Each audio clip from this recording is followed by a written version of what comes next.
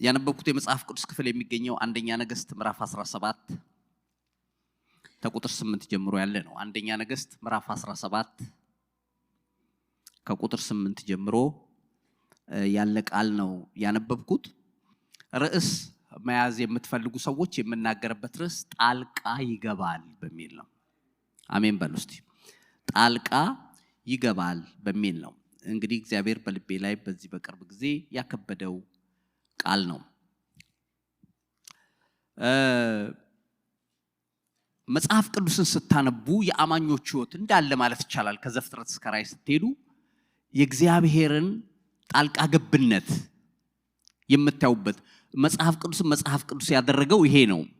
አንዳንዴ እግዚአብሔር ዳይሬክት ሲገባ ይታያል፣ አንዳንዴ ግን በስውር ሲገባ ይታያል። እንደውም እግዚአብሔር ብዙ ጊዜ በነጎድጓድ እንደው መናገር እንደው ተራራን አውጦ ምናምን የሚለው ብዙ ጊዜ አይደለም። ቀላል በሚመስለው ነገር ይጠቀምና ጣልቃ ገብቶ ሲያድን፣ ጣልቃ ገብቶ ታሪክ ሲቀይር በመጽሐፍ ቅዱስ ውስጥ ይታያል። ይሄን ክፍል እያጠናው በጣም ልቤን የያዘኝ ነገር አለ። ከፍ ብላችሁ እንግዲህ ይሄንን ታሪክ ስታጠኑ የነገስታት መጽሐፍን በተለይ እዚህ ምዕራፍ 17ን ስታዩ ኤልያስ የሚባለው ሰው ታሪክ ነው የምታዩት። ኤልያስ ስለሱ መጽሐፍ ቅዱስ የምታጠኑ ሰዎች ታውቃላችሁ። ከሌሎች ነቢያቶች ሁሉ የሚለይባቸው ብዙ ነገሮች አሉ። ፋየሪ ፕሮፌት በመባል ይታወቃል። የእሳቱ ነብይ ነው የሚባለው በነገራችን ላይ። እና ምንድነው ልዩ የሚያደርገው? መጽሐፍ ቅዱስ ውስጥ ስለ ነገስታትም ይሁን ስለ ነቢያት ሲናገር መጽሐፍ ቅዱስ አባቱ ከሌ ይባላል፣ እናቱ ከሌ ትባል ነበረ፣ በእንደዚህ አይነት ቦታ የከሌ ነገር ነው ተብሎ ይነገራል። ስለ ኤልያስ ግን የሚገርማችሁ አባቱ ማን እንደሆነ እናቱ ማን እንደሆነች አይታወቅም። ስለሱ የተነገረ ምንም ኢንፎርሜሽን የለም። አንድ ትንሽዬ ብልጭታ ያለችው ኢንፎርሜሽን ምንድነች? ቴስቢ ከሚባል ቦታ የመጣ ሰው ስለሆነ ቴስቢያዊ የሚል ስያሜ ተሰጥቶታል። ከዛ በተረፈ ኑሮ አገልግሎት ሲጀምር ጀምሮ እስከ መጨረሻው ድረስ ከእሳት ጋር የተያያዘ አገልግሎት ያለው ስለነበር ነው ፋየሪ ፕሮፌት የሚባለው። መጨረሻም ላይ እንደምታውቁት በመጽሐፍ ቅዱስ ታሪክ ውስጥ እሱና ሄኖክ ብቻ ይሆንላቸው አይደለም፣ ሞትን ያላየ ሰው ነው። እና ስለዚህ ሰው ነው ዛሬ የምናየው። እግዚአብሔርን እስራኤል ትቶ በጣዖት አምላኪዎች አክዓብ የሚባለው ንጉስ እንደምታውቁት ኤልዛቤል የተባለችውን ያችን ሴት አግብቶ ህዝቡን ከእግዚአብሔር አርቀውታል። ጣዖት አምላኪ እንዲሆን ከእግዚአብሔር እንዲርቅ አርገው ኑሯቸውን ቀጥለዋል። በቤተ መንግስት የበዓል ነቢያት አሉ፣ የአጸድ ነቢያት የሚባሉ አሉ። 450 በቃ በየአይነቱ ነቢያት አለ፣ እንደ ልብ አለ፣ መንፈሳዊ ነገር አለ። ግን እግዚአብሔር ሳይሆን እየተመለከ ያለው ሰይጣን ነው። እግዚአብሔር አልነበረም በዛ ሁሉ ነገር ውስጥ እየተካሄደ ያለው። ኤልያስ ይሄን አየ። ከዛ ምን በሚል ቃል ነው የተናገረው? ምዕራፍ 17 እንግዲህ ከቁጥር 1 ጀምሮ ስታነቡ ምን በሚል ቃል? በገለዓድ ቴስቢ የነበረው ቴስቢያዊ ኤልያስ አክዓብን በፊቱ የቆምኩት የእስራኤል አምላክ ያው እግዚአብሔርን ከአፌ ቃል በቀር በእነዚህ ዓመታት ጠልና ዝናብ አይሆንም ብሎ ተናገረ ይላል። ከእንግዲህ በኋላ ዝናብ የሚባል ነገር እንዳይዘንብ ከአፌ ቃል በቀር ማለት ምን ማለት ነው? ተመልሼ እስክናገር ድረስ ይዘንባል እስክል ድረስ ሰማያትን እስከ ከፍታቸው ድረስ አሁን ቆልፌያቸዋለሁ። ከአፌ ቃል በቀር ዝናብ በእነኚህ ዓመታት ላይ በምድሪቱ ላይ አይዘንብም ብሎ ተናገረ ይላል። ለምንድን ነው ይሄንን ያለው ብላችሁ አንዳንድ የመጽሐፍ ቅዱስ ክፍሎችን ስታነቡ የምታገኙት ነገር ምንድነው? በዓልም ይሁን ሌሎች አማልክቶች የዝናብ አምላክ ብለው እነሱ የሚያመልኳቸው አማልክቶች አሉ። የፍሬያማነት አምላክ ብለው የሚያመልኳቸው አማልክቶች አሉ። ስለዚህ ኤልያስ መጣና እግዚአብሔር በሚያዘንበው ዝናብ የነገስታት ንጉስ ፍጥረትን ሁሉ በእጁ የተቆጣጠረ የሰራዊት ጌታ እግዚአብሔር ዝናብ እየሰጣችሁ እናንተ ጣዖትን አታመልኩ፣ ወንድ ከሆኑ አሁን ይክፈቱት ብሎ ቆልፎት ሄደ። ኢየሱስ የተባረከ ይሁን። በቃ ይሄው እነሱን እያላችሁ መስዋዕት የምትሰውላቸው ይሄው 10 ጊዜ የምታሸረግዱላቸው እነኛ መናፍስት ይምጡና ያድኗችሁ ሰማያትን ዘግጫዋለሁ እኔም አልገኝም ማለት ጠፋ ይህንን ብሎ ሄደ የእግዚአብሔር ቃል እንዲህ ሲል መጣለት የሚል ቃል ደጋግማችሁ ታያላችሁ በኤልያስ ታሪክ ውስጥ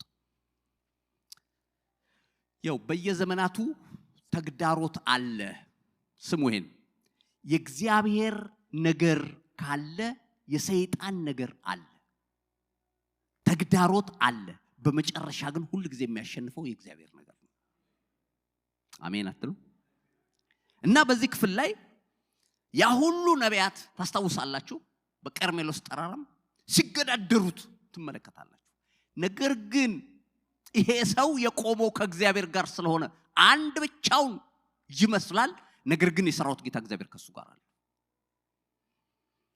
እና ዝናቡ ዘጋው ይላል በመጽሐፍ ቅዱስ ውስጥ በሌላም ክፍል ላይ እንዲህ አይነት ታሪክ ታያላችሁ ዘጸአት 7:12 ላይ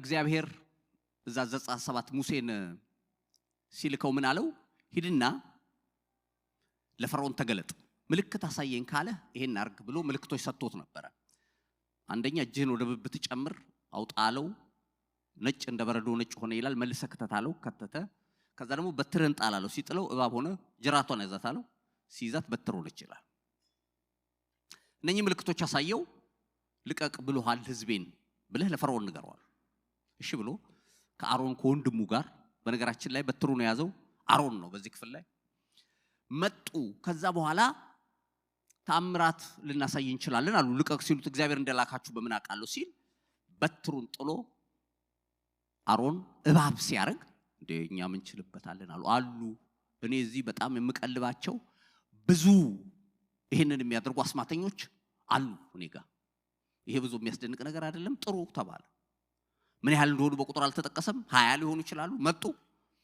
ሁሉም በትር ይዘዋል ምንድነው አሉ እባብ በትር ጥሎ እባብ አረገ ሲሉ ሳቁ ወይማ እኛ ለተለት ምን ቀልድበትን እቺን ማይነር የሆነች ነገር አርጎ ነው እንዲያሉ እኛ ከዛ የተሻለ እናረጋለታለን አሁን ግን ለጊዜው እሱኑ ማስደነቅ ካስፈለገ እኛ እናረጋለን አሉ እሺ ተባለ ከዛ አሮን በትሩ ሲጥል የአሮን በትር እባብ ስትሆን የነሱም ሁሉም ሲጥሉ ሁሉም እባብ ሆነ ይላል አይገርምም ግን ድንገት የአሮን በትር ቀና አለችና ጠቅ አርጋ መዋጥ ጀመረች ይላል እዛ ጋር የነበሩትን በሙሉ ተወካዮቻቸውን ያጋንንቱ ያጣውታት አምልኮችን ተወካዮች ዋጠችና ተመልሳ በትር ሆነች ነጠቃቸው ምን ማለት እንደው ታውቃለህ መጽሐፍ ቅዱስ ስለ በትር ሲናገር እግዚአብሔር ከጽዮን በትር ይልክልሃል በጠላቶች መካከል ግዛ ይላል ምን ማለት መሰለ የስልጣን ምልክት ነው ዛሬ የሰራዊት ጌታ እግዚአብሔር እንዲህ ያለ ማለት ነው ስልጣን ከጣውታት እጅ ተወስዷል በሰራዊት ጌታ በእግዚአብሔር እጅ ገብቷል አለ ማለት ነው ሃሌሉያ እስቲ ክብር ተሰጡታላችሁ ለሰራዊት ጌታ እግዚአብሔር የሟርተኞችን ስልጣን ይነጥቃል ያጋንንቶችን ስልጣን ይነጥቃል በእጁ ያስገባል በልጆቹ እጅ ያስገባል አጋንንቶች እንደፈለጉ የማይሰለጥኑበት ዘመን ከፊት ለፊት አለ ሃሌሉያ ኢየሱስ የተባረከ ይሁን የሰራዊት ጌታ እግዚአብሔር የሚሰራበት ዘመን ነው ከፊታችን የእግዚአብሔር በትር ይሰራል የእግዚአብሔር ስልጣን ይገዛል ኤልያስ ብቻውን ነው ዘመድ የለውም ወዳጅ የለውም አብሮት የሚቆም ሰው የለም እዛ ጋር በሺ የሚቆጠሩ ሰዎች አሉ ኤልያስ ብቸኛ ነው ግን ብቻውን አይደለም በመንፈስ ስትመለከቱት ከጀርባው የሰራዊት ጌታ እግዚአብሔር አለ እግዚአብሔር ካንቺ ጋር ይቆም እህቴ እግዚአብሔር ካንተ ጋር ይቆም ወንድሜ ከማጆሪቲ ትበልጣለህ የሚባለው ለዚህ ነው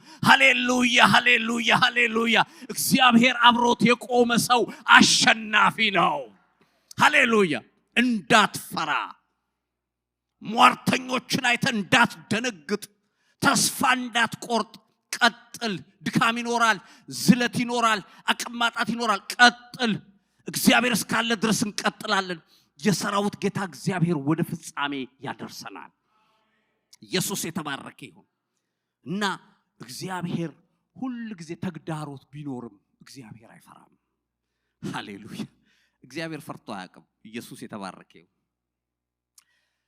ኤልያስ ሌላው በአዲስ ኪዳን ተጠቅሷል ታውቃላችሁ አይደለም ጌታ ኢየሱስ በዛ በትራንስግሬሽን በሚባለው በክብሩ ተራራ በምንለው ላይ ሲገለጥ ሙሴና ኤልያስም ነበሩ መጥተው ሲያዋሩት የነበረው ይላል። ያዕቆብ ግን የነገረንን ስለ ጸሎት ኃይል ያዕቆብ ምዕራፍ 5 ቁጥር 17 ላይ ኤልያስ እንደኛው ሰው ነበር የሚለው በጣም ደስ ይለኛል። ዝናብ እንዳይዘንብ ጸለየ። ሃሌሉያ። ሰማያትን ዘጋ፣ እንዲዘንብ ደግሞ ጸለየ፣ ከፈተ ብሎ ነው የሚነግረን። ይኸው ስለ ጸሎት ኃይል በጣም ከሚገልጹ ስፍራዎች አንዱ ይሄ ነው። ይኸው ትውልድን እኮ ነው፣ ትውልድን አስራበ፣ ትውልድን አጠገበ። አንድ ብቻው ነው ሰው። አየህ፣ እግዚአብሔር ራርቶ ባይመልሰው ህዝብ ሁሉ ሊያልቅ ይችል ነበር። እና ይሄ ሰው ነው እንግዲህ ይሄንን ሰማያት ከቆለፈ በኋላ ወደ ቆራት ፈፋ ውስጥ እግዚአብሔር እንዲሄድ ነገረው ይላል። እዛ ሄዶ ቁራዎች ይመግቡት ነበር ይላል። ሃሌሉያ። ይኸው በነገራችን ላይ እግዚአብሔር ሲሰራ ይኸው ተአምር ማለት ይሄ ነው። በነገራችን ላይ ሌላ ጊዜ ከምናቀው የተለመደው ነገር ውጪ ሲሆን ማለት ነው። እና ቁራ መጽሐፍ ቅዱስ ስታጠኑ ለልጆቹ እንኳን ምግብ አይመግብም ነው የሚለው መጽሐፍ ቅዱስ።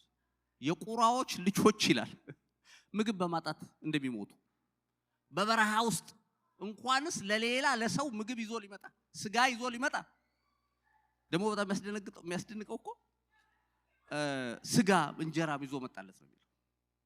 እና የሰራዊት ጌታ እግዚአብሔር አዟልና አየህ፣ እጁ የማይከፈተውን አፉ የማይከፈተውን እየፈለቀቀ እግዚአብሔር ሲያስጥል ታያለህ። እግዚአብሔር ካዘዘ በቁራም ይመግባል። ሃሌሉያ። እንደነገርኳችሁ ነው። ቁራ በመጽሐፍ ቅዱስ ውስጥ በጣም ብዙ ቦታ ተጽፏል፣ ግን በፖዚቲቭ አይደለም የተጻፈው በብዛት። በዚህ ክፍል ላይ ግን ሲመግብ ታያላችሁ። ከዛ በኋላ በዮርዳኖስ በኮራት ፈፋ ውስጥ ነበር የተቀመጠው። በየጠዋቱ እያመጡ ይመግቡታል። ከብዙ ቀን በኋላ ግን በምድር ላይ ዝናብ አልነበረምና ወንዙ ደረቀ ይላል። በነገራችን ላይ ይሄ የምታዩት ምንጭ ወንዝ ምናምን የሚባለው ነገር ዝናብ ባይዘንብ እንደሚደርቁ ታውቃላችሁ። ሁሉም ይዘርቃል እና ደረቁ ይላል። ከዚህ በኋላ ያለው ነው እንግዲህ እግዚአብሔር መጣና ከቁጥር 8 ጀምሮ እንዲህ ይላል፣ ተነስተህ በሲዶና አጠገብ ወዳለችው ወደ ሰራፕታ ሂድ፣ በዚያም ተቀመጥ፣ እነሆም ትመግብ ዘንድ አንዲት ባልቴት አዝዣለሁ የሚል እግዚአብሔር ቃል መጣለት ይላል። አንደኛ ማየት የፈለኩት በዚህ ክፍል ውስጥ የእግዚአብሔር ክንድ ተስፋ በቆረጡ ሰዓት የሚል ነው። በሰው አልቋል በተባለ ሰዓት የእግዚአብሔር ክንድ ሲገለጥ ከሁሉ የገረመኝ ምንድነው መሰላችሁ? ይሄን ክፍል ሳይ እግዚአብሔር ገና ሊሄድ ሲል ምን አለው? አሁን ምንጩ ደረቀው፣ ስለዚህ ውሃ መጠጣው የለም ማለት ኤልያስ። በነገራችን ላይ የገረመኝ ምንድነው? እሱ ራሱ ባመጣው ታምራት እሱ ራሱ አፌክት ሆኗል። አይገርምም? የሱን ህይወት ራሱ መልሶ ጉርቶታል። ግን ለእግዚአብሔር ክብር ስለሆነ ሲያጉረመርም አታዩትም። ምክንያቱም ይሄን ትክክለኛ እርምጃ ስለነበር ነው። ግን ታዲያ ከሁሉ የገረመህ ምንድነው ካላችሁን ቁጥር 9 ላይ ያለው ቃል እነሆም ትመግብ ዘንድ አንዲት ባልቴት አዝዣለሁ የሚል እግዚአብሔር ቃል መጣለት ይላል። አዝዣለሁ አንዲት ባልቴት አለው ይላል። ይኸው ባልቴት እንድታግዝ አትጠየቅም። በመጽሐፍ ቅዱስ ውስጥ ካየ ባልቴቶችን እርዱ ነው የሚል መጽሐፍ ቅዱስ ደጋግሞ የምታየው። ባልቴቶችንና የሙት ልጆችን እርዱ። ያዕቆብ እንደውም ምዕራፍ 1 ላይ እንደሱ ነው የሚልናል። ቁጥር 27 ላይ ትልቁ አምልኮ ነውርና ድፍ የሌለው አምልኮ ብሎ የነገረን ባልቴቶችንና የሙት ልጆችን በችግራቸው መርዳት ነው የሚለው። ስለዚህ ባልቴት ትርዳ አይባልም፣ ሂድና እርዳት ነው የሚባለው በሚታወቀው ቋንቋ። የኛ ጌታ ግን ሃሌሉያ ፕሮቫይደር ስለሆነ አቀራቢ ስለሆነ በራሱ የሚተማመን ስለሆነ አንዲት ባልቴት አዘጋጅቻለሁ ትመግባለች አለው። ጊዜው እስኪያልፍ ቀኑ እስኪያልፍ ድረስ እሷ ጋር ነው የምትገባው። ታዲያ ምንድነው የገረመኝ? እዛው ቀጠል አድርጎ ቁጥር 10 ላይ ተነስቶም ወደ ሰራፕታ ሄደ፣ ታዘዘ። አየህ፣ ወደ ከተማይቱ በር በደረሰ ጊዜ አንዲት ባልቴት በዚያ እንጨት ትለቅም ነበር። እሷን ጠርቶ የምጠጣው ጥቂት ውሃ በጽዋ ታመጪልኝ ዘንድ እለምንሻለሁ አላት ይላል። ይኸው አጋጣሚ ነው። እሱ እኮ አሁን ያገኛች ሴትዮ አጋጣሚ ነው። እሱ የሚያውቀው ነገር የለም። ወደ ከተማ ወደ ሰራፕታ ሲመጣ አንዲት ሴት እንጨት እየለቀመች አገኘ። ከዛ ዳይሬክት ጠየቃት።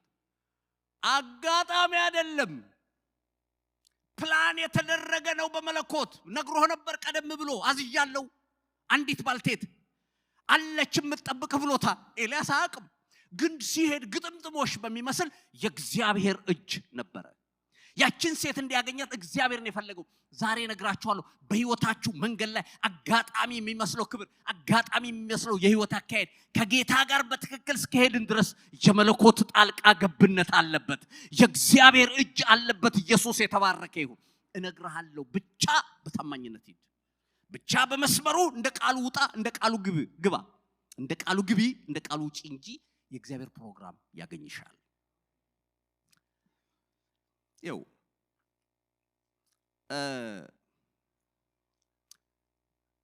ይሄንን ሳይ ሌሎች የመጽሐፍ ቅዱስ ክፍሎችን ማየት ፈለኩ አጋጣሚ የሚመስሉ አይ ፕላን ያልተደረገ ሴትዮዋ ማታቀም ኤልያስም ማያውቅ እግዚአብሔር ነው ዛግ ውስጥ ሮሉን እየተጫወተ ያለው ገባል እንትኑን የሚጫወተው እሱ እግዚአብሔር ነው እነሱ ግን አያውቁም ኤልያስ ተነግሮታል ኦኬ ምን አይነት ሴት ነች የተነገረው ነገር የለም ሄዶ እሱ ብቻ አንዲት ሴት ነው የጠየቀው እሷ ደግሞ ዳይሬክት ቀጥታ ምላሽ ስትሰጥ ታያላችሁ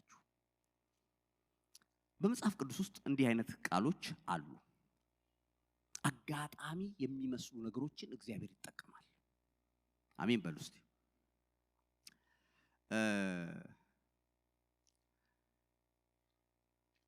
ይሄንን ሩት ምዕራፍ 2 ቁጥር 3 ላይ ስታነቡ እንደ አጋጣሚ አቤሜሌክ ወገን ወደ ነበረው ወደ ቦዔዝ እርሻ ደረሰች የሚል ቃል ታያላችሁ ነገሩ እኮ አጋጣሚ አይደለም ጸሐፊው ነው እንደ አጋጣሚ ያለን እንጂ የእግዚአብሔር ፕሮግራም አይደለም በኋላ ታውቃላችሁ ከቦዔዝ ጋር ተጋብታ ሩት ትልቅ ታሪክ የተሰራው እዛ ነው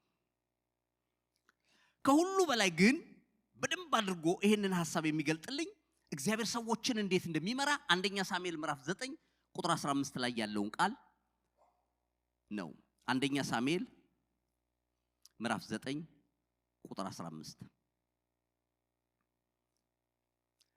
ገናም ሳኦል ሳይመጣ ከአንድ ቀን በፊት እግዚአብሔር ሳሙኤልን እንዲህ ብሎ ገልጾለት ነበር ነገ በዚች ሰዓት ከብንያም ሀገር አንድ ሰው እሰድልሃለሁ ለቅሷቸው ወደኔ የደረሰውን ህዝቤን ተመልክቻለሁና ለህዝቤ ለእስራኤል አለቃ ይሆን ዘንድ ተቀበዋለህ ከፍልስጤም እጅ ህዝቤን ያድናል አለው ይላል ታሪኩን ከፍ ብላችሁ ስታነቡ ይሄ ታሪክ እንዲፈጸም አሁን ገብቶን ማለት ነው ያንባቢዎቹ ከተረዳም በኋላ ይሄ ታሪክ እንዲፈጸም ምዕራፍ 9 ላይ ገና ሲጀምር ቂስ የሚባለውን ሰው ያህዮች እግዚአብሔር አጠፋቸው ከቤታቸው ገባችሁ አይደል አህዮች ጠፉ ከነሳኦል ቤት ከዛ አህዮቹ ሁለት አህዮች ሲጠፉ አባትየው አረፈልጉ ተፈለገ በሉ ሳኦልን ጥሩልኝ አለ አቤት አህዮች ጠፍተዋል አንድ ብላቴና ያዝና አህዮቹ ፍለጋ ሄዳል እሺ ብሎ ሳኦል ምንም የሚያውቀው ነገር የለም አህያ ፍለጋ ነው አህያ ፍለጋ ሄዳሉ ሲግ ምድረ በዳ ገቡ ሻሊም የሚባል አገሮች አለፉ ሄዱ ከዛ ልክ እዛ ጋር ሲደርሱ ብንን ነገር አሉና ሳኦል እንዲህ አለ እንዴ አባቴ ስለ አህዮቹ ማሰብ ትቶ አሁን ስለኛ መጨነቅ ይጀምራል ስለዚህ ብንመለስስ ሲል በብላቴናው ውስጥ እግዚአብሔር ደግሞ ያስቀመጠው ፕሮግራም አለ ምን አለ አንድ ባለ ራእይ እዚህ መንደር አለ ሲባል ሰምቻለሁ ያን ጊዜ ነቢያቶች ባለ ራእይ ነው የሚባሉት ይላል ባለ ራእይ አለ ሲባል እዚህ ስለሰማው ብንሄድና እሱን ብንጠይቀው አህዮቹ ወዴት እንዳሉ ይነግረናል አለው ታዲያ ምን አለን ገንዘብ የለንም ሲለው እኔ ጋር 50 ሳንቲም አለ ልጁ እሱ ነው በነገራችን ላይ ንሽት ያረጋው ያነሳሳው እሺ አለ እና ብንጠይቀው ይነግረናል ይላል ሳኦል ምንም ያውቀው ነገር የለም አዎ እሺ ብለው ሄደው አንዲት ሴት አገኙና ውሃ ልትቀዳ ያለች ሴት እባክሽ የባለ ራእዩ ቤት ወዴት ነው ጥሩ ቀን የመጣችሁት አለች ጥሩ ሰዓት እንዳውም አሁን ይወርዳል እሱ ወርታች ዛሬ ዝግጅት አላቸው ትልቅ ኮንፈረንስ አለ እዛ ላይ እንዳጋጣሚ እንዳውም ጥሩ ድግስ ያለበት ጊዜ ሊደረሳችሁት ሂዱ አለች እሺ ብለው ወደ ላይ ሲወጡ አንድ ሰው ሲመጣዩት ተለቅ ያለ ሰው ነው ሞገሳም መጣ ጌታዬ ተነስተልን አሉ አቤት የባለ ራእዩን ቤት ፈልጌ ነበር ሲል ለምን ዘገያችሁ እስካሁን እኮ እየጠበቅኳችሁ ነበር አለ ካን ኢማጂን አሉ ዘገያችሁ እየጠበቅኳችሁ ነበር አለ እንግዲህ ባይነገር ወይ ሳኦል ልጁ ንግሩ ረገጥ አድርጎ ተሳስቶ ነው ሌሎች እንግዶች መስለነው አይደለ?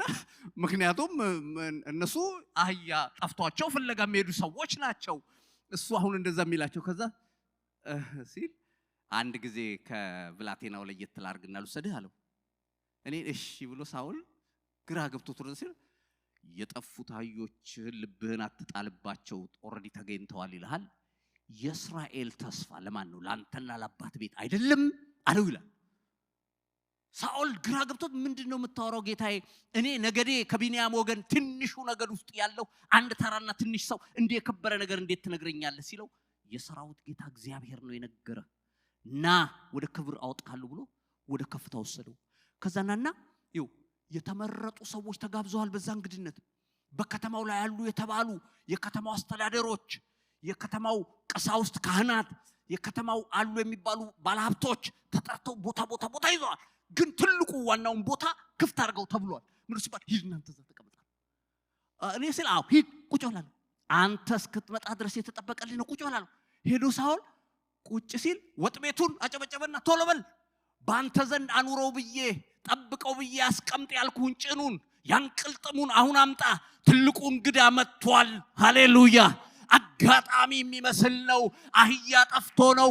ነገር ግን የሰራዊት ጌታ እግዚአብሔር ምሪት ነው። ሃሌሉያ። እህቴ ድንገት ይመስላል፣ እግዚአብሔር ይመራሻል። ወንድሜ አንድ ነገር እነግርሃለሁ፣ ብቻ አንተ በታማኝነት ብቻ እንደ ቃሉ ሂድ እንጂ እግዚአብሔር እየመራ ይወስዳል። አይገርምም? ከዛ በኋላ ለእስራኤል ንጉስ እንደሚሆን ተነግሮት የወጣው ከዛ ነው። እሱ ግን የሄደው አህያ ሊፈልግ። አይደንቅም? እግዚአብሔር ሁሉን የተቆጣጠረ ነው ማለት ይሄ ነው። ኢየሱስ የተባረከው። ስለዚህ ወገኖቼ አጋጣሚ በሚመስል እችን ሴት አገናኙ። እዚህ ክፍል ውስጥ ተስፋ በተቆረጠ ሰዓት እቺ ሴት እንጨት እየለቀመች ምንድነው እያለች ያለችው? በቃ የመጨረሻውን ዱቄት አለ፣ ዘይቷም ትንሽ ነች፣ እሷን ጋግርና ለልጄ እኔም መቼም እንዳልሞት ትንሽ ቀምሳለሁ፣ ግን ለልጄ እያለች እየለቀመች ይዛ ልትሄድ ስትል አንድ ሰው መጣ ድንገት። ሰላም እህቴ አላት። አቤት ጤና ይስጥልኝ። ውሃ ልትሰጪኝ ትችያለሽ አላት። ውሃ ጎልድ ነው፣ ከጎልድ ይበልጣል ይላል በዛ ሰዓት አንድ ጽሑፍ ነው። ምክንያቱም ጎልድ ከረሃብ ያድንህም፣ ውሃ ግን ያድንሃል ይላል። ከወርቅ የከበረ ነው ውሃ። በዛ ሰዓት እዛ አይገኝም፣ በረሃ ነው። ውሃ ይኖራል ሲላት እሺ አለች። ጥሩ ልብ ያላት ናት። እሺ ብላ መልስ ብላ ስትል አንድ ጊዜ አላት፣ በዛውም ውሃውን ባዶ ከሚሆን እንጎቻ ነገር ጣል አድርጊበት፣ ዳቦ ነገር ደግሞ አብረሽ አድርጊ ሲላት አሁን ብራስ ታረገች። በቃ አረ ጌታዬ እኔ ያኔ ውሃውንም አልነገርኩም እንጂ ችየው ነው። እሱንም ምን ነው እንዴ ዳቦ ትላለህ እንዴ አለችው። እኔና ልጄ ይሄው የመጨረሻውን ዳቦ ልጋግር ነው እንጨት እየለቀቀምኩ ያለው። ዛሬ ጋገር ነገ እንሞታለን፣ አልቋል።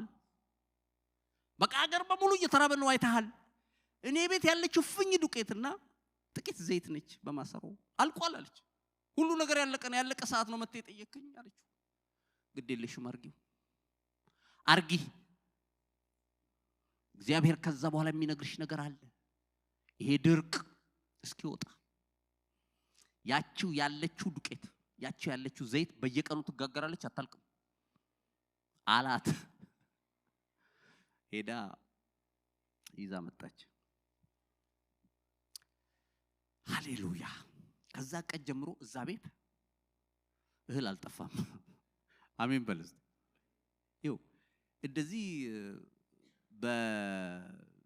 በካሚዮን አይደለም እህሉ የቆመው ወይ በመኪናዎች እንደ ተጭኖ አልመጣም። ግን የሚያስፈልገው በየቀኑ ነበር። ሃሌሉያ።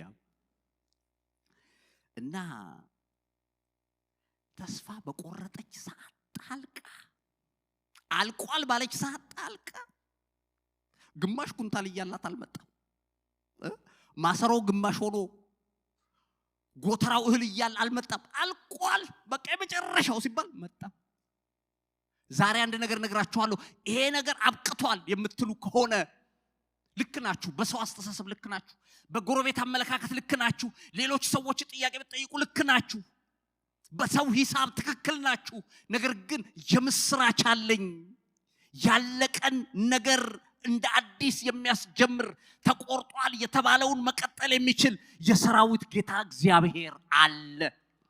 እሱ ጣልቃ ሲገባ ታሪክ ይቀየራል። ኢየሱስ የተባረከ። ታሪክ ቀያሪ ጌታ ከእናንተ ጋር አለ። አልቋል ብላለች። በመጽሐፍ ቅዱስ ውስጥ እንደዚህ የጌታን ጣልቃ ገብነት በተለያዩ ቦታዎች ይታያል። አልቋል ሲሉ እሱ መጥቶ አዲስ ያርገው። ሌሎች የመጽሐፍ ቅዱስ ክፍሎችን ላሳያችሁ። ሉቃስ 8:43 ማርቆስ 5:25 አንድ ታሪክ ነው። ግን ማርቆስ 5:25ን ላንብብላችሁ ለጊዜው። ሁለቱም ተመሳሳይ ነው። ሉቃስ 8:43 እና ማርቆስ 5:25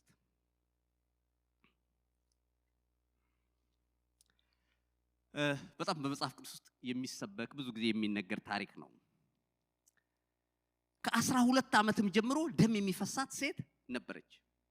ከብዙ ባለመድኃኒቶችም ብዙ ተሰቃየች። ገንዘቧን ሁሉ ከስራ ባሰባት እንጂ ምንም አልተጠቀመችም ይላል።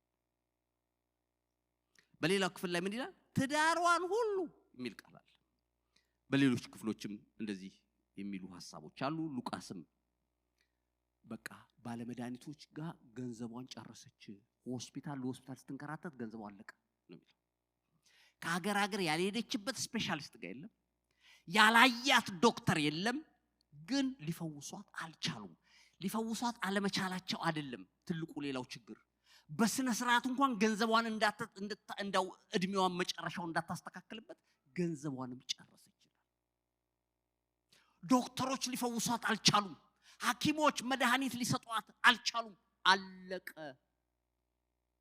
ተስፋ ቆርጣለች። በዚህ ላይ አንዳንድ ችግር ደግሞ ደርቦ ይዞት የሚሄደው ጣጣ አለ። የሷ ችግር ደግሞ በብሉይ ኪዳን ያው እንደምታውቁት ይሄ የብሉይ ኪዳን ዘመን ነው። ከባዱ ምንድነው? ደም የሚፈሳት ሴት ማህበረሰብ ውስጥ መቀላቀል አትችልም። እንደዛ ተነግሯል በዘሌዋውያን። ስለዚህ ይኸውልህ ከሰው የተገለለች የተገፋች ችግሩ አለ። እንደገና ችግሩ ያመጣባት ጣጣ አለ። ከሰው የተለየች ናት። አሁን በቃ ባዶ ቤት ውስጥ ምናልባትም ብቻዋን እያወራች ገንዘብ ባለኝ ጊዜ እሺ፣ አሁን ችግሩ አለ። በዚህ ላይ ራሴን መረዳበት ነገር እንኳን የለኝም። ምንድነው የሚኮነው? አልቋል እያለች አንድ ወሬ ሰማች ይላል። ኢየሱስ የሚባል ገንዘብ የማያስከፍል ፈዋሽ ሪፈር የማይል ይሄ ከአቅሜ በላይ ነው ብሎ የማይጠይቅ አንድ ጌታ በዚህ መጥቷል የሚባል ወሬ ሰማች። ከሁሉም ያስደንቀኝ ግን እቺ ሴት አየችና ሰማች። አሁን ምናልባትም ያው አንዳንዱ ነገር እንግዲህ ዲቴል አይጻፍም፣ ግን የምትገምቱት ነገር ይኖራል። ሄጄ ምን ብዬስ ነው የምናገረው? ያሳፍራል። እንዲህ አይነት በሽታ አለብኝ ብዬ መናገር ምን ብዬ ነው የምናገረው? ስለዚህ አለች እንደዛም ብዬ አላስቸግርም፣ ግፊያው ብዙ ነው። እኔ አንድ ተራ ሰው ነኝ። ይሄን ሁሉ ሰው ማለፍም አልችልም። በፊት ለፊት ልሂድ ብል ከጀርባ ግን ቀስ ብዬ ተሽሎክሎክ ሄጄ የልብሱን ዘርፍ የቀሚሱን ዘርፍ የነካውት እንደሆነ እፈወሳለሁ ብላ ለራሷ ቃል አወጣች። አሜን አትልም? ማንም እኮ ሄደሽ እንደዚህ ብታረጊ ያላት የለም። እሷ ግን ያለች ይፈውሳል ተብሏል አይደለም? አዎ። ያ ቃል ተብሏል አይደለም? አዎ። መድኃኒት ነው ተብሏል? አዎ። ስለዚህ እንዲህ ያደርጋለሁ። ቀስ ብዬ ከኋላ ሄድና ፊቴን ተሸፋፍኜ ሰው ሳያየኝ ተሽሎክልኬ ሄጄ የልብሱን ዘርፍ እነካለሁ፣ ያን ጊዜ እፈወሳለሁ አለች ይላል። ሄዳ ተሽሎኮለኮች አሳልፉኝ እያለች ምንድነው እያሉ ሰዎች እንዲያዩዋት ገባች። ሄደችና የልብሱ ጫፍ ስትነካው ደሟ ቆማ አይደለም የሚለው የደሟን ምንጭ አደረቀው ይላል። አሜን ትላለህ ወይ? የችግሩን ምንጭ ያደርቀዋል። እግዚአብሔር ጣልቃ ሲገባ ለዘላለም ሲያስጨንቅህ የነበረው እየጠረቅ አልቆም አለ የምትለውን ችግር ምንጩን ያደርቀዋል። ለምን ካልከኝ የሰራዊት ጌታ እግዚአብሔር ፈዋሽ ነው። ኃይል ከኔ ወጥቷል። የደሟ ምንጭ ደረቀ ይላል። ከዛ በጣም የሚገርመኝ እቺ ሴት መነካት እንደሌለባት ህዝብ ያውቃል። ምክንያቱም አገሩ ትንሽ ነው። ከሷ ጋር መነካካት ያረክሳል። እንደዛ ተጽፏል በዘሌዋውያን። አሁን ግን ጌታ ማን ይነካኛል ሲሉ እንዴ ይሄ ሁሉ ህዝብ እያጋፋ ማን ይነካኝ እንዴት ይሆናል ሲሉ ኃይል ከኔ ወጥቷል ሲል እንድትሸሸግ እንዳልቻለች አውቃ እኔ ነኝ አለች። ኢየሱስም ኦፊሻሊ ከህዝብ ጋር ቀላቀላት። አሜን በል እስቲ። ኢየሱስ የተባረከው። በቃ ልጄ አላት፣ ከእንግዲህ በኋላ ተፈውሰሻል። ከዚህ ካስጨነቀሽ ዘመንሽን ካስቸገረሽ እንቆቅልሽ ተፈተሻል አላት። ይኸውልህ እግዚአብሔር መምጣት ከፈለገ እንዴት እንደሚመጣ ሰው ሊመድብለት አይችልም። አሜን በሉ እስቲ። እግዚአብሔር ሊመጣ ከፈለገ አቤት እኛ እንኳን እናውቅ በዚች አይምሮ አንዳንዴ ለማሰብ እንሞክራለን። ልምጣ ካለ ይመጣል። አሜን። እዛ ሮሜ ምዕራፍ 11 ቁጥር 33 ጀምሮ አቤት እግዚአብሔር ይላል መንገዱ ይላል ለመንገዱ ፍለጋ የለውም ይላል። በደመናት ላይ የሚረግጥ አምላክ ነው። ሐሳቡ አይመረመርም። ለጥበቡ በቃ ይሄ ነው ብለህ የምታስቀምጠው ነገር አይደለም። ጥልቅ ነው። በቅርብ አንድ ቪዲዮ እያየሁ አንድ ያስተማረኝን ነገር ልንገራችሁ። አንዲት ወጣት ይሄ ፓርክ ላይ ያለ አግዳሚ ወንበር ላይ ቁጭ ብላለች። ተማሪ ናት። ተማሪዎች በዛ አካባቢ አሉ፣ ዩኒቨርሲቲ ተማሪዎች ማለት ነው። ይወጣሉ፣ ይገባሉ፣ ይሄዳሉ። አንዲት ሴት ግን እዛ ጋር ቦርሳዋን ይዛ ስልኳን ይዛ ቁጭ ብላ ተክዛ ቆይታ ድንገት ተነስታ እንግዲህ ወደ ክፍሏ ይሁን አይታወቅም፣ ብቻ ተነስታ ሄደች። ስትሄድ ስልኳ ረሳች። ስልኳ ረስታ እንደሄደች አንድ ሰው ደግሞ ተለቅ ያለ ሰው ነው፣ እሱ ዝም ብሎ እዛ ፓርክ እሱም ሊቀመጥ ነው። ሲመጣ ስልክ አየ። ውይ አይቷታል ከርቀት ያቺ ልጅ ነች ስልኳን የረሳችው ብሎ ብድግ ሲያደርገው ስልኩ ጠራ። እንግዲህ ገባችሁ አይደል? ስልኩ ጠራ እና ብድግ አደረገው። እሱ ደግሞ ብድግ አድርጎት ዝም ብሎ ስልኩ ሲይዘው ስሟ ተጠርቶ ማርያ ይሁን ተጠራችና እናቷ ነች ለካ። ልጄ እኔ ነግሬሻለሁ፣ ገንዘቡን ከየትም ብለሽ አምጪ። አንደኛ እኔ የምታከምበት ነው፣ ሁለተኛ የሚቀጥለውን ሴሚስተር አንቺን መማር አትችይም፣ አብቅቷል፣ በቃ ደውይልኝ ምናምን ነገር ብላ ዘጋው ስልኩ። ልጅቷ ወዲያው ከሁለት ደቂቃ በኋላ እየሮጠች መጣችና ስልክ እዚህ ጋር ትያለሁ አለች። አዎ ይሄው አላትና ቁሚ አላት። ምንድነው ስትል እናትሽ ታማለች አላት። እንዴት አወቀለች? አንቺም ደግሞ የትምህርት ቤትም እዚህ ወር የሚከፈልልሽም አይደል? አዎ እኔ እናትሽንም ማሳክማለሁ ለትምህርት ቤትሽም ከፍላለሁ። አትደነቅ። አሁን ይሄ በሰው አይምሮ ይሆናል? እስቲ ንገረኝ። ጣልቃ መግባት ሲፈልግ ማን ይከለክለዋል? አሁን ይሄን እንዴት አድርገህ ሂሳብ ትሰራለህ? እስቲ ንገረኝ። እኔ በቃ ተደነቅኩ። ዝም ብዬ ቆምኩ ለተወሰነ ደቂቃ። እንዴት ነው አሁን ይሄን በምን ሂሳብ? አይተዋወቁም። ከዚህ በፊት አይቷት አያውቅም፣ እሷም አይቷት አታውቅም። ግን መልእክት እግዚአብሔር ለሱ እንደነገረው አወቀ። አንዳንዴ እኮ አናውቅም፣ እናልፈዋለን ረግጠን።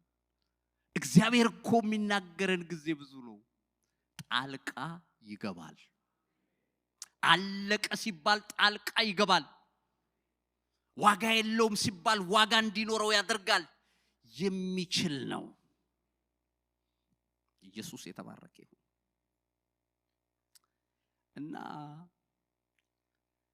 ጌታ እንደሱ ነው። ሉቃስ 5 ምዕራፍ 5 ቁጥር 2 ላይም እንዲህ አይነት ታሪክ ታያላችሁ። አሳ አጥማጆቹ ግን ከእነርሱ ውስጥ ወጥተው መረቦቻቸውን ያጠቡ ነበር ይላል። አይገርምም? ወይ ጉድ! እስቲ ክፍሉን በደንብ አብረን እንድናየው።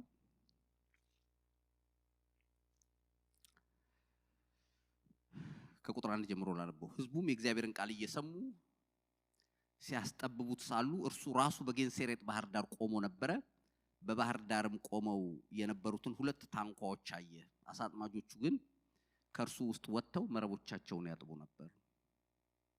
ከታንኳይቱም የስምዖን ወደ ነበረችው ወደ አንዲቱ ገብቶ ከምድር ጥቂት ፈቀቅ እንዲያደርጋቸው ለመነው። በታንኳይቱም ተቀምጦ ሕዝቡን ያስተምር ነበር ይላል። አሁን መረብ ማጠብ ማለት አልቋል ማለት ነው አይደለም? ስራው አልሆነም። ሌሊቱን ሙሉ ለፍተው ማጥመድ ስላልቻሉ መረቡ ቆሽሾ መሄድ የለበትም። ቆሻሻ ነው ሲያወጣ ያደረው። ስለዚህ እሱ ታጥቦ በስነ ስርዓት ቦታው ሊቀመጥ እያጠቡ እያሉ ኢየሱስ መጣ። ዛሬ መረቦቻችሁን የምታጥቡ ካላችሁ እግዚአብሔር እንዲህ ይላል፣ እኔ ጣልቃ እገባለሁ። ሃሌሉያ። እኔ ጣልቃ ስገባ ባዶ የነበሩት መረቦች በአሳዎች ይጨናነቃሉ ነው የሚለው። እግዚአብሔር ነው። እምነት እኮ ማለት ይሄ ነው። ግን በዚህ ውስጥ ያስተዋልኩት አንድ ነገር ምንድነው? ጥቂት የእምነት እርምጃ ግን እግዚአብሔር ይጠይቀናል። የእምነት እርምጃ ቅድም እንዳልኳችሁ ያቺ ሴት ያው የሷስሽ ልጇ አይደለም? ልጇ ምግብ ሳይበላ ለስትሬንጀር ያውም የመጨረሻ እራት ያለቀ ነው። ነገ ከነገ ወዲያ የለም። ከዛ ሞታቸውን ነው የሚጠባበቁት። ግን ትንሽ ጊዜ እንኳን የልጇን እድሜ የሚያራዝመው ምግብ አምስታ ሰጠችው፣ አመነችው። ወገኖቼ እግዚአብሔርን እንመነው። የሚለውን ጥቂትም እርምጃ ቢሆን እንሂድ። አንዳንዴ ባለመራመዳችን ምክንያት የምናስቀረው በረከት ብዙ ነው። እግዚአብሔር ደግሞ መርህ ነው፣ የመርህ አምላክ ነው። በፕሪንሲፕል የሚሰራ ነው። የእምነት እርምጃ ይፈልጋል። ስጡ አይደለም ይሰጣችኋል። ሰውየው ጠያቂ እኮ ነው። ስጠኝ እያለ እግዚአብሔር ምን ይለዋል? ስጥ ራስ። አይገርምም? ጌታ ሆይ ፈልጌ የሆነ ነገር ስትለው አለ አይደል የሆነ ነገር ስጥ እሱ ይላል። እንዴት እኔ እኮ እንድሰጠኝ ስጥ፣ ያን ጊዜ ስጣል። ሂሳብ እንዳሰራ የእምነት ጉዞ ካልኩሌሽኑ ሌላ ነው። ስጡ አለ፣ ይሰጣችኋል። የተነቀነቀና የተጨቆነ መስፈሪያ ይላል፣ በምትሰሩት መስፈሪያ ተመልሶ ይሰፈርላችኋል። ሉቃስ 6:38። ይሄ የተነቀነቀና የተጨቆነ የሚለው ታውቃላችሁ አይደል? ድርበብ ይባላል። እንደዚህ እስከ አፍንጫው ድረስ ሲሞሉት የተነቀነቀ የተጨቆነ ይባላል፣ ሲሰፍሩላችሁ ማለት ነው። እግዚአብሔር እንደዛ ነው የሚለው። እናንተ በትንሹ ነው የዘራችሁ፣ ስታጭዱ ግን የተነቀነቀ የተጨቆነ ሆኖ ይሰፈርላችኋል። ኢየሱስ የተባረከ ይሁን። ስለዚህ ወገኖቼ እግዚአብሔር የእምነት እርምጃን ይፈልጋል። ያው እግዚአብሔር የሚጠይቀንን የእምነት እርምጃ ካልተራመድን የሚቀጥለው ተአምር አይሆንም። ይሄንን ግን ማወቅ ያስፈልጋል። ዘፍጥረት ምዕራፍ 26 ላይ ይሄንን ክፍል እናነሳዋለን ብዙ ጊዜ ስለ እምነት። ይስሐቅ እግዚአብሔር መጥቶ እሱ እቃውን ፓክ አድርጎ ተዘጋጅቶ ሊሄድ ያለበት መንገደኛ ነው። ወደ ግብጽ ምድር ሊሄድ ሲል እግዚአብሔር መጣና እኔ በምልህ ምድር በዚሁ ምድር ተቀመጥ፣ እንዳትሄድ አለው። ወደ ግብጽ እንዳትሄድ። አረ ጌታዬ ረሃብ ነው፣ ጥማት ነው፣ ከብቶች እየሞቱ ነው፣ ድርቅ ነው፣ ብዙ ችግር አለ። ደግሞ ወደ ግብጽ ምድር መሄዴ እዛ ለምነው በአባይ ውሃ ምክንያት ምድሪቱ ለምለም ነች። ስለዚህ እዛ ሄደን በረሃብ እዚህ ከምንሞት እንሂድ እዛ። አባቴም በችግር ጊዜ ሄዷል። ማረጋገጫ ከፈለክ ብዙ መረጃ አለው። እግዚአብሔር ግን ያለው ቁጭ በል እዚሁ አለው። ቁጭ በል እኔ እባርካለሁ አለው። መስማት እግዚአብሔርን ቀላል አይደለም።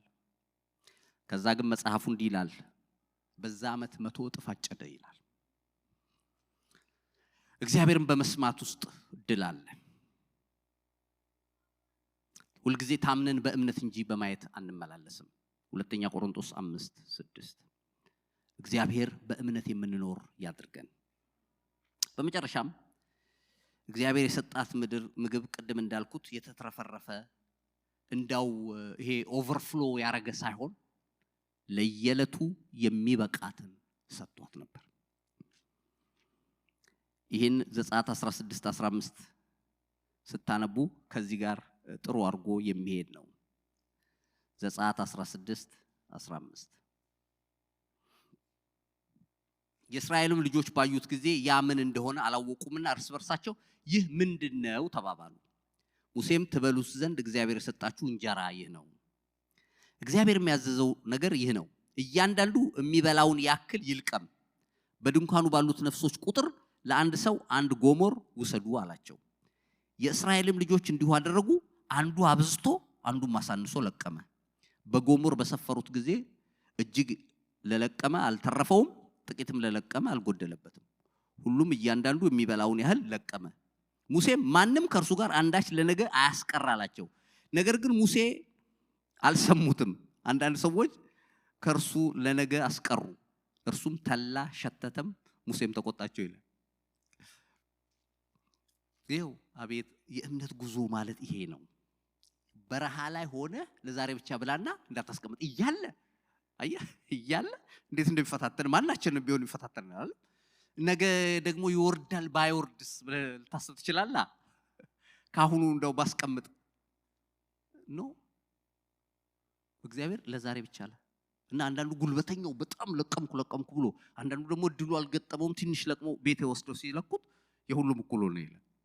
ትንሹም አልጎደለበትም ብዙም አላተረፈም። የመና ኑሮ ይባላል። ይሄ ለዚች ሴት የተሰጣት የየለት ምግብ ይሄን ይመስላል። ዴይሊ ብሬድ የሚሉት የለት እንጀራችንን ስጠን ብላችሁ ጸልዩዋል። በዚህ ዘመን እንኳን በጣም ከባድ ነው ይሄ መስበክ አይደል? የለት እንጀራ ያመቱ ራሱ አይበቃንም እኛ አይደል? ያመቱ ራሱ ወረ እንዴት አርጎ ያው የ10 አመቱ ነው ምናምን ነው ካልኩሌት አርገን እዛ ሉቃስ 12 ላይ እንዳለው ሰውዬ ጎተራ አስፍተን ነፍሴ አንድ ነገር ልንገራችሁ። እሰየው እግዚአብሔር ከባረከን መልካም ነው። ግን በምንም ነገር ላይ አንደገፍም። ተስፋችን እግዚአብሔር ነው። ዛሬም ያኖረን እግዚአብሔር ነው። አንድ በጣም ሀብታም ሰው አለ አገር ቤት እና ክርስቲያን ነው። አውሮፕላኖች አሉት የራሱ እና በጌታ ነው። ምን ይላል አንድ ጓደኛዬ በጣም ይቀርበዋል እና ሲነግረኝ አዲስ ጫማ አርጎ መጣናለ ይሁን ጌታ ይገዛልኝ ጫማ ይላል። ጌታ ይገዛልኝ የምሩ ነው የሚለው። እስቲ ስለው በጣም ያምራል እለዋለሁ እና አንድ ቀን የሱ እንደሆነ አስበው አቅማል የሆነ ነገር ሲያደርግ ጌታ እንዳረጋየ ነው የሚለው።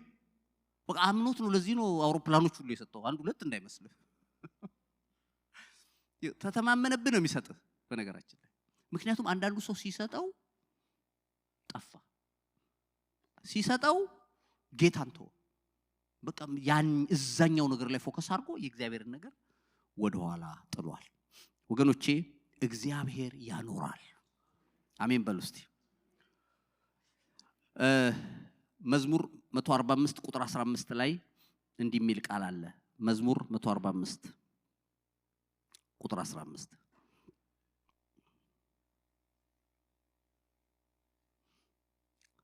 የሁሉም አይን አንተን ተስፋ ያደርጋል፣ አንተም ምግባቸውን በየጊዜው ትሰጣቸዋለህ። አንተም እጅህን ትከፍታለህ፣ ሕይወት ላለውም ሁሉ መልካምን ታጠግባለህ። እግዚአብሔር በመንገዱ ሁሉ ጻድቅ ነው፣ በስራው ሁሉ ቸር ነው ይላል። እጅህን ትከፍታለህ ይላል። እጁን ሲከፍት እዛ ውስጥ ሁሉ ነገር አለ። አሜን በሉ እስቲ። እጁን ከከፈተልህ በቃ መጽሐፍ ቅዱስ እንዲህ ይላል እኮ እዛ አንደኛ ዜና ላይ ዳዊት ሲጸልይ እንዲህ አለ፣ አቤቱ አለ አንተ ታላቅ ለመድረግ ለሁሉም ኃይል ለመስጠት በእጅህ ነው ይላል። ባለጠግነት፣ ክብር፣ ድል፣ ግርማ ያንተ ነው ይልና ሁሉን ታላቅ ለማድረግ ኃይል በእጅህ ነው ይላል። ባለጠግነት፣ ድል፣ ግርማ፣ ክብር እጅ ውስጥ አለ ይላል። እንዲህ ሲከፍተው ሁሉም ይፈሳል። አሜን ትላለህ ወይ? እጅህን ትከፍታለህ ይላል። በመጨረሻ አንድ ጥቅስ ልናገርና ልጨርስ። ኤርምያስ 17:7 ላይ የእግዚአብሔር ቃል እንደዚህ ይላል። ኤርምያስ 17:7 በእግዚአብሔር የታመነ እምነቱም እግዚአብሔር የሆነ ሰው ብሩክ ነው። በውሃ አጠገብ እንደተተከለ በወንዝ ዳርም ስሩን እንደሚዘረጋ ሙቀትም ሲመጣ እንደማይፈራ ቅጠሉም እንደሚለመልም በድርቅ ዓመትም እንደማይሰጋ ፍሬውም እንደማያቋርጥ ዛፍ ይሆናል። አሜን በሉ እስቲ። ድርቅ ነው አያችሁ፣ ይሄ ክፍል ስታነቡ ድርቅ አለ፣ እሱ ግን ለምለም ነው ይላል። አገሪቱ በረሃብ ተመታለች፣ እሱ ግን ፍሬያማ ነው ይላል። ምስጢሩ ስትሉት ስሩን በወንዝ ዳር የተከለ ሰው ነው። ሃሌሉያ። ዝናብ መጣ አልመጣ ለሱ ምንም አይጨንቀውም። ስሩ ኦልሬዲ ከዋናው ምንጭ ጋር ተያይዟል። አማኝ እንደዚህ ነው። በእግዚአብሔር የታመነ ሰው ስሩን እግዚአብሔር ላይ የዘረጋ ነው። ሁሉ ጊዜ ለምለም ሆኖ ሁሉ ጊዜ ደስተኛ ሆኖ ሁሉ ጊዜ በክብር መውጣት መግባት የሚችል እንደሆነ ይናገራል። እግዚአብሔር የተባረከ ይሁን። ምንጫችሁ የሰራዊት ጌታ እግዚአብሔር ይሁን። በጠየቃችሁት ነገር ላይ እግዚአብሔር ጣልቃ ይግባ። በአብ በወልድ በመንፈስ ቅዱስም ተባረኩ። እንጸልያለን። ሃሌሉያ።